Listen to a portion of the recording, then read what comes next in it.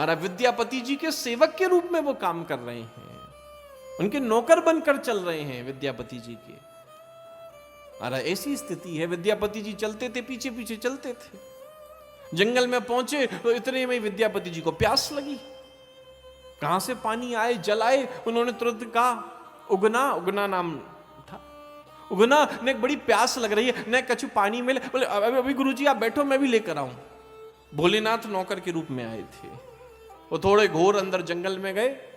अब भैया भोलेनाथ को कहां पानी ढूंढना, उनकी जटा में गंगा जी, तुरंत महाराज जटा में ऐसी गंगा जी ली और जल लेकर पहुंच। गुरुजी लो पान करो। गुरुजी ने, विद्यापति जी ने पान किया। जैसे ही विद्यापति जी ने पान किया तो भैया वो भी साधारण नहीं, जिसके सेवक बनकर स्वयं भगवान आए हो वो कोई साधारण तो वैसे भी नहीं हो सकता, वो भी साधारण नहीं। तुरंत उन्होंने जैसे ही पान किया उसी समय समझ गए। बोले भैया ये कहां से जल लेकर आए हो? बोले माना जंगल में कुआं था, वहां से लेकर आया। चल हमें भी कुएं का दर्शन करा।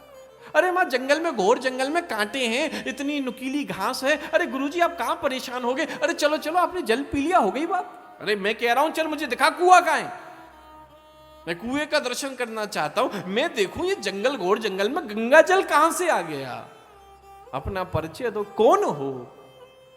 यार जैसे ही कहा देखते देखते भोलेनाथ प्रकट हो गए। महाराज विद्यापति जी की आंखों से आंसू आ रहे हैं। अरे प्रभु आप इतने दिनों से मेरे दरवाजे पर मेरे घर के सेवक बनकर रह रहे थे, मुझे पता ही नहीं चला। बोले आप हमारा झूठा पान करते, सब घर की सेवा करते, मैं भी कभी कभार डांट देता, मुझसे बड़ा अपराध हो गया, मुझे क्षमा करें, मुझे क्षमा करें। अब प्रार्थना करते हैं, बोले एक कृपा मेरे ऊपर करो। बोले भगवान कहते हैं, बोले अब हमारा राज खुल गया है, अब आप पर जान गए हो, अब हम वापस जाएंगे। बोले एक कृपा करते जाओ, ऐसे मैं आपको जाने नहीं दूंगा। बोले बताओ क्या बात है?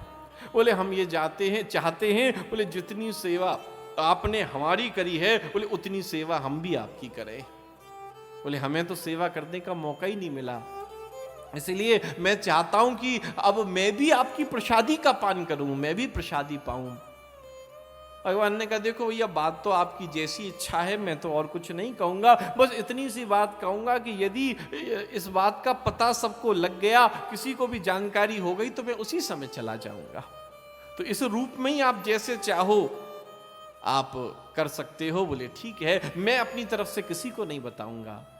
तो भैया उगना के रूप में, सेवक के रूप में ही भोलेनाथ फिर से घर में पहुंचे। अब विद्यापति जी ने तुरंत अपनी पत्नी से कहा देखो पहले भोजन बनेगा, पहले उगना पाएगा, बाद में मैं खाऊंगा। उनकी पत्नी ने आंखें दिखाई, कैसे बावरी सी बात करते हो, पहले नौकर को खिलाओगे फिर खाओगे? बोले मैंने कहा ना पहले वो खाएगा फिर मैं खाऊंगा, हर बात को पकड़ने का जरूरत। ठीक है जैसी इच्छा। अब क्या बोले, लेकिन मनी मन बड़ी चिड़े, बड़ी कुड़मुड़ाए। हमारा उगना को भोजन दिया, अब उगना खा रहे हैं, भगवान खा रहे हैं। इतने में विद्यापति जी आते, जिस थाली में वो खाते और वही थाली लेके और उसी में प्रसाद स्वरूप खाते। उनकी पत्नी के तो आते पीते जल जाते, तो इनकी बुद्धि कहां भ्रष्ट हो गई है, उन नौकर की झूठी थाली में खाते, कहां इनकी बुद्धि भ्रष्ट हो गई, उससे में लाल पीली हो जाती। क्या करें? एक दिन विद्यापति जी तो भैया किसी कार्य से बाहर गए हुए थे, उगना भोलेनाथ घर में अकेले थे। तुरंत उनकी पत्नी ने डंडा उठाया, बोले महाराज ये विद्यापति ये तो मूड हो गए, इनमें तो बुद्धि भ्रष्ट हो गई, तू तो जानता है तू भी अपनी थाली सरका देता है, गलती तेरी है। डंडा उठा के दौड़ी। इतने में हमारा दौड़े दौड़े विद्यापति जी आ गए, उन्होंने डंडा पकड़ा, आंखों से अश्रुधारा बहने लगी। अरे बावरी क्या कर रही है? बोले जिसके तू रात दिन भजन गाती है, अरे कोई और नहीं है, उगना के रूप में भोलेनाथ ही तेरे दरवाजे पर आए, जिसके रात दिन भजन गाती है। दोनों की आंखों से अश्रुधारा बहने लगी। बोले जीवन की यही स्थिति है। बोले वही जीवन की सरलता, सौम्यता, सादगी भाव जब जीवन में प्रबल हो जाता है तो ठाकुर दौड़े दौड़े जीवन में प्रवेश कर जाते हैं।